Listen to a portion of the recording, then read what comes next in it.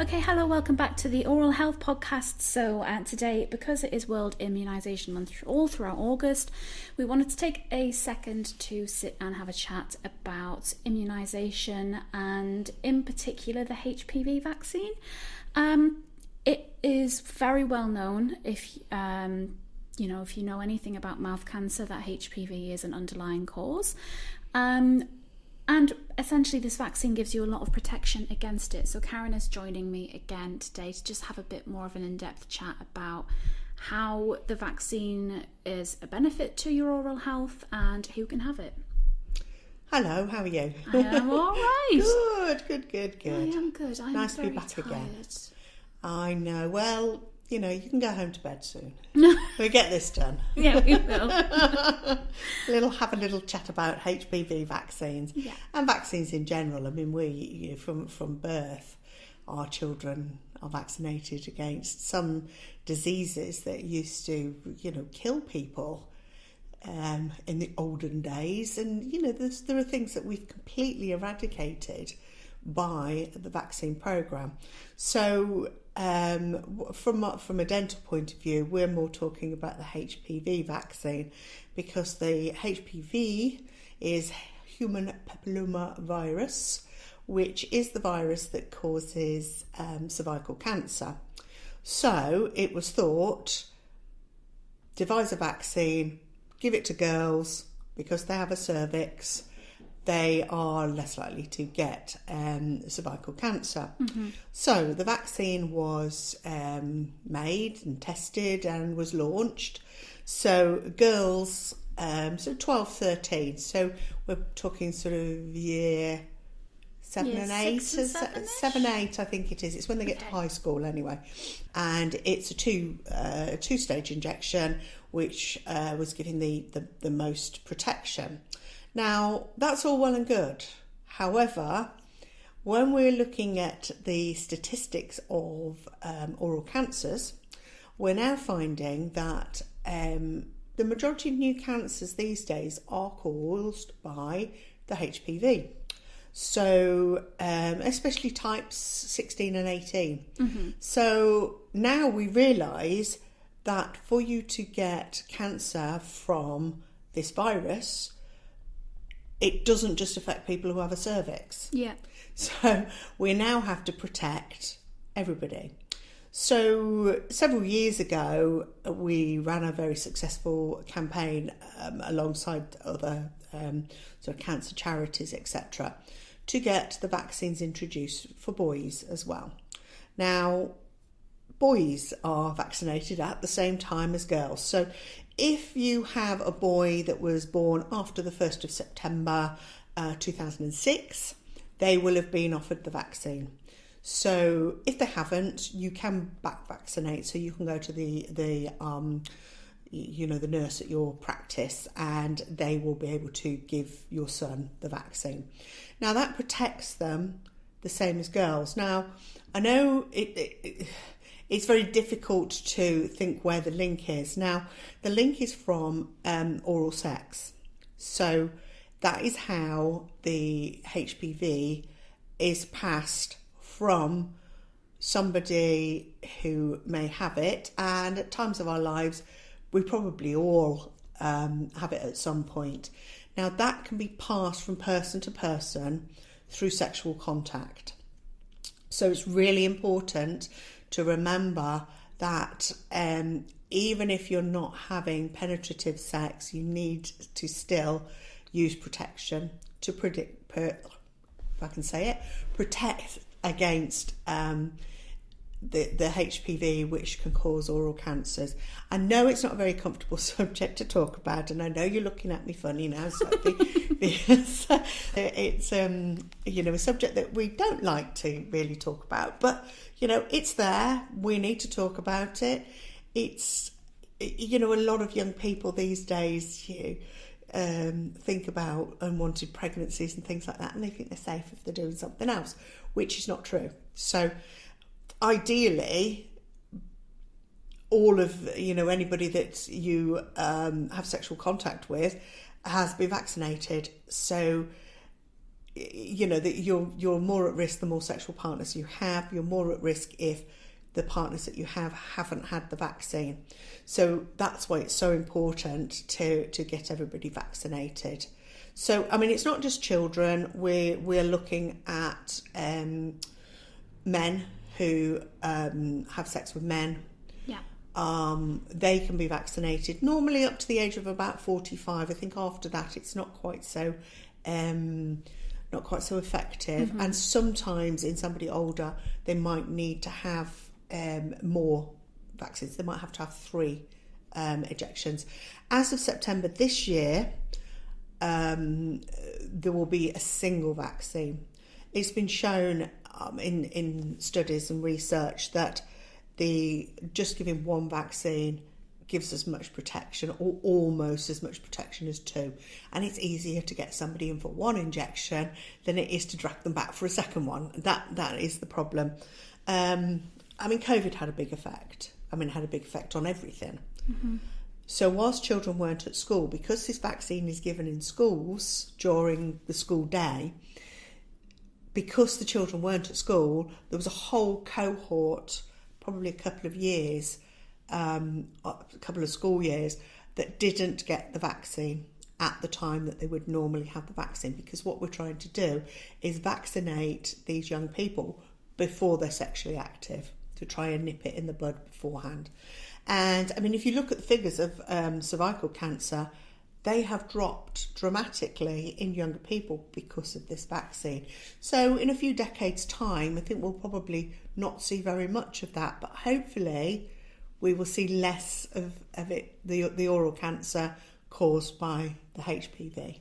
Definitely. And so the move to the single doses, then there is some discussion around, is it as safe? Am I going to get as much benefit from just having 1 dose? But, I think the research is pretty solid in that. I think it is, yes. And they say in anybody under 24. So as I said before, if you're a little bit older, you probably need more of the vaccine. So then it will be done in 2 or even 3 in some cases for you to get the full protection. Mm-hmm.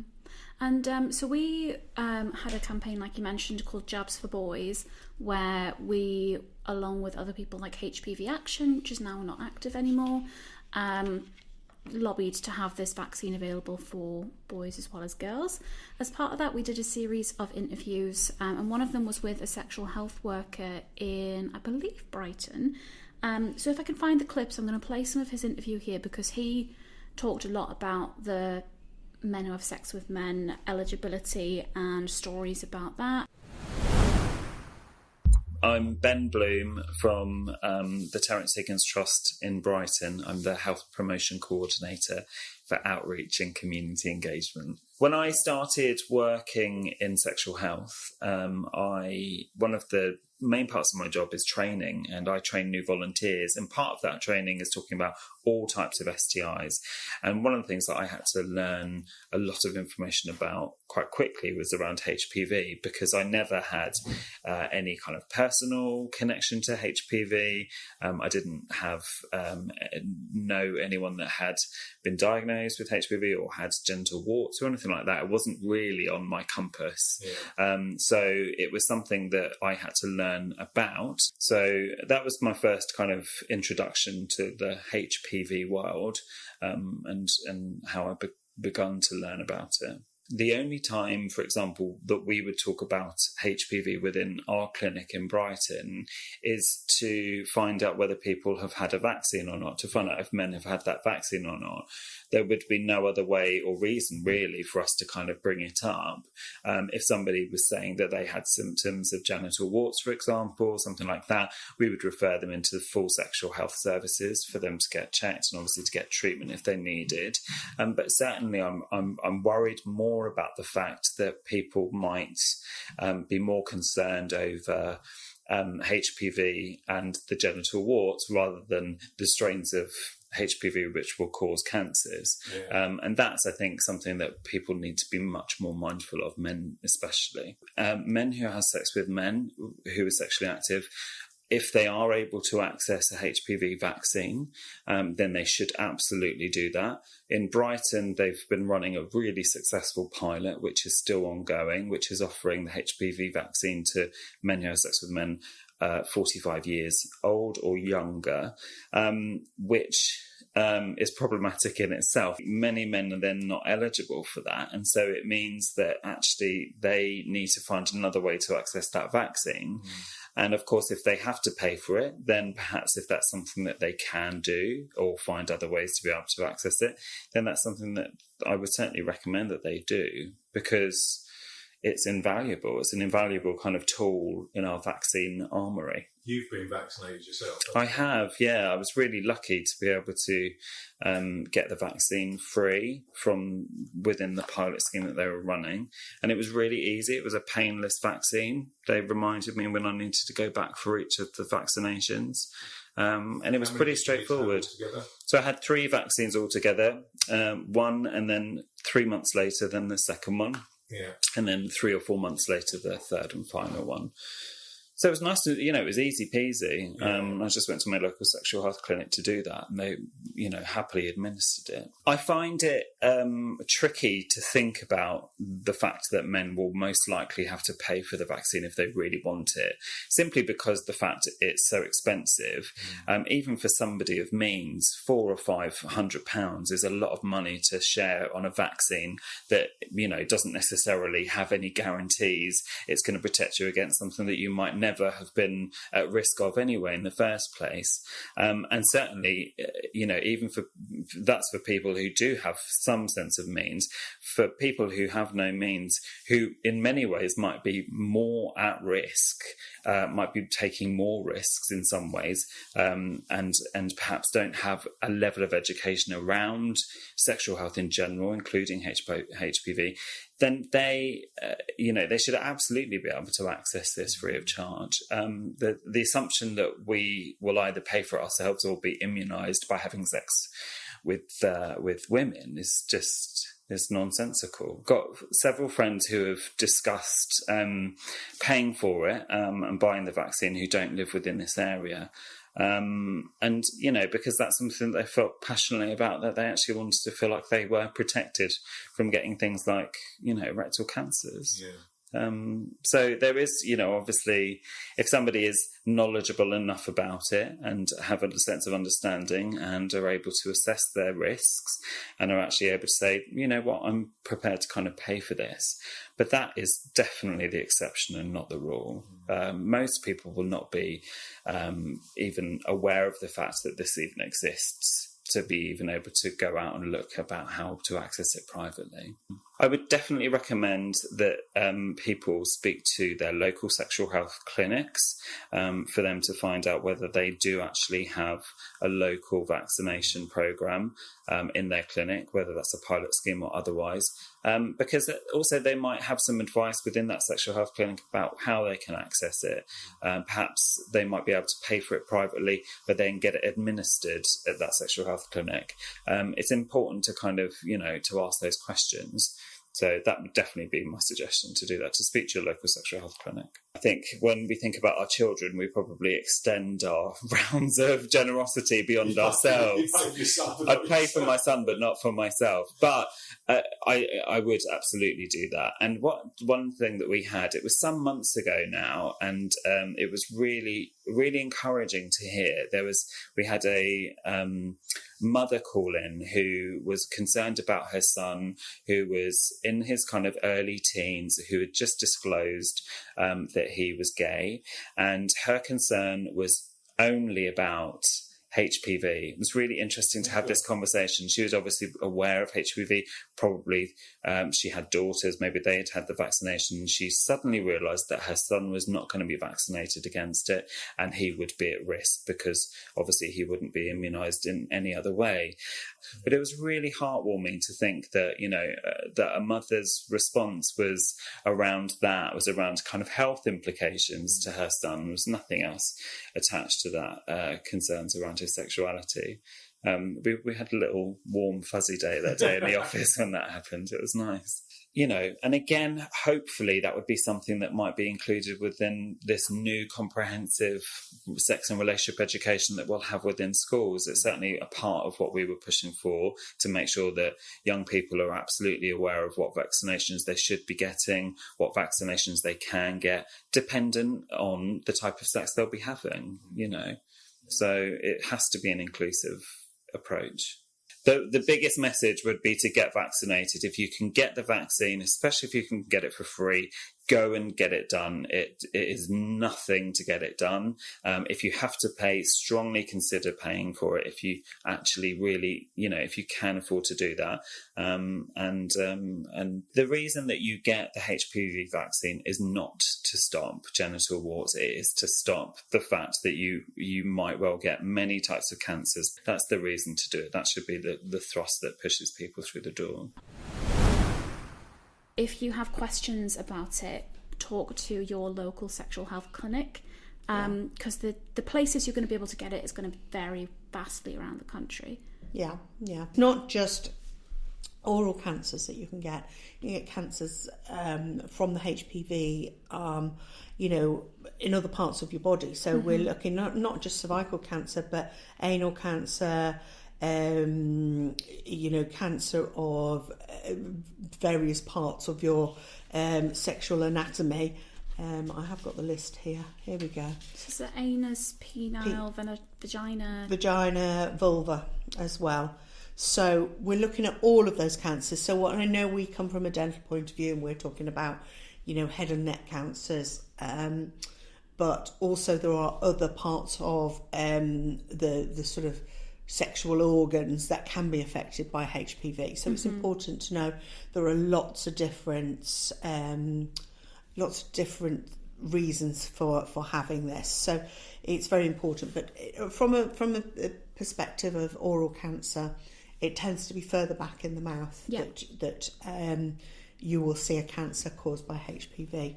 And I mean, the clever people can differentiate between what has caused which mouth cancer, which is great, because we can now pinpoint what it is causing it, and then educate people into the reasons why. And I know we've probably got a little bit of vaccine fatigue, as it's called, because we've had lots of COVID injections and flu injections and goodness knows what. But it is really, really important, and I know that people look at injecting their children and is it worth it? Is it sort of ethical and that kind of thing?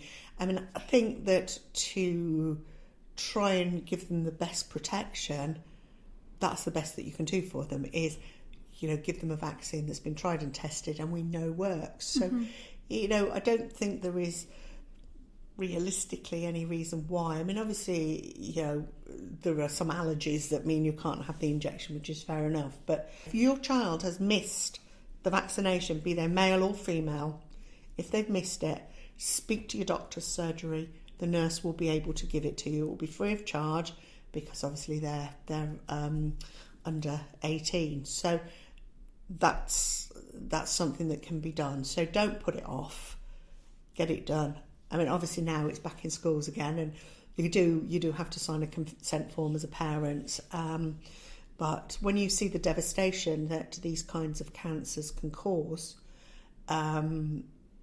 it's really not worth taking the risk for one injection, as it will be as of September, so next month. Yeah, absolutely. I couldn't put that any better. As I said, the reason it's given at such a young age is it's skin-to-skin contact. So you can find it on fingers, hands, mouths, the genitals. So it can be easily spread by skin to skin. So we're talking about if you're having oral sex, use a condom, use a dental dam, so that you're not coming into contact with that area, and that will offer protection as well as having the vaccinations. So it's just about taking the safe sex message to the whole of sort of sexual activity, really, every sexual contact.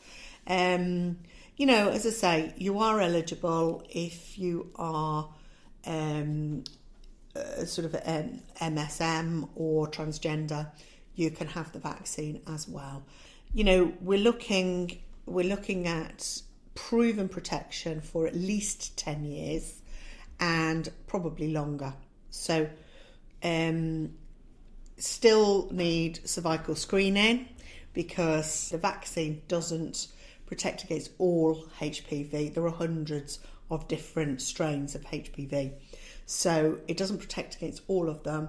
So obviously you will be invited over the age of 25. Women will be invited to go for cervical screening. Cervical Good screening. grief. Pap smears. Yes, a smear test.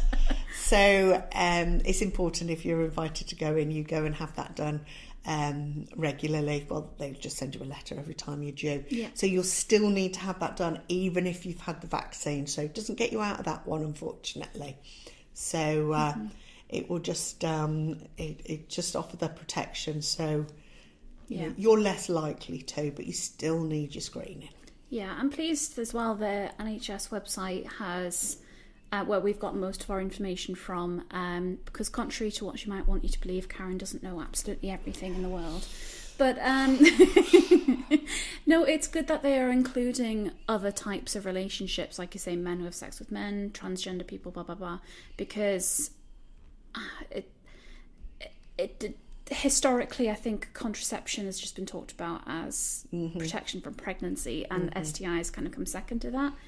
So it's good to see information's moving forwards and becoming more inclusive. It definitely is, and it's really amazing that when you speak to young people, they're not really aware of this. I know obviously my children are slightly different because I kind of tell them everything, even if they don't want to know it. But I often speak to their friends as well, and I do get that, oh, Mum, you're not going to speak to my friends about oral sex, are you? But I think it's important that they know, and if somebody doesn't talk to them about it, I mean, I'm not in the slightest bit embarrassed to talk to them about these kind of things, but I think it's really important that they know. And I think the more matter of fact you are, you know, I'm not sniggering into my sleeve or anything, because it's a normal part of, you know, our lives. So I think it's really important that they know, and I think that these things aren't taught necessarily. They might be now. I mean, it's a long time since I did sex education at school, but I'm not sure if this kind of thing is actually spoken about.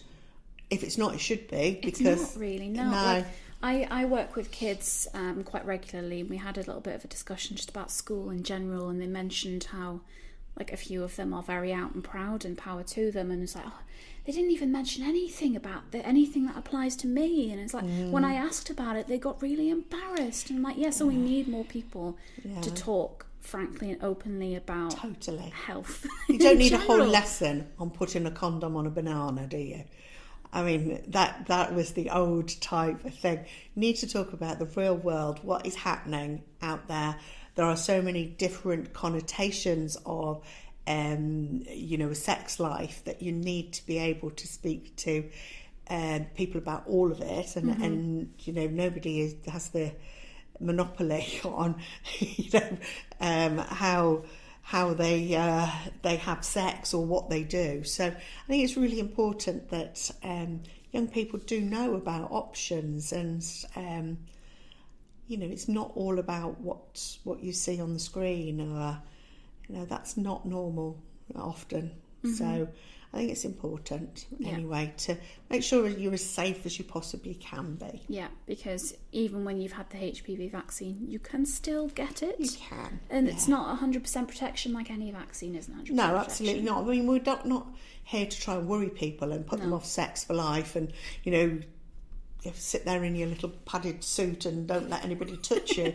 That's not what we're saying at all. But we're saying, go out there, enjoy yourself, do what you want to do, but make it as safe as possible and have the vaccine. Yeah, absolutely. I think that's a nice note to end on.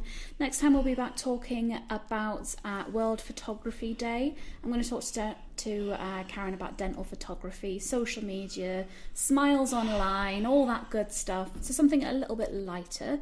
But actually still important to talk about. Just maybe not as important as vaccination. But come back then if you're interested in listening to that, and we'll see you in a bit.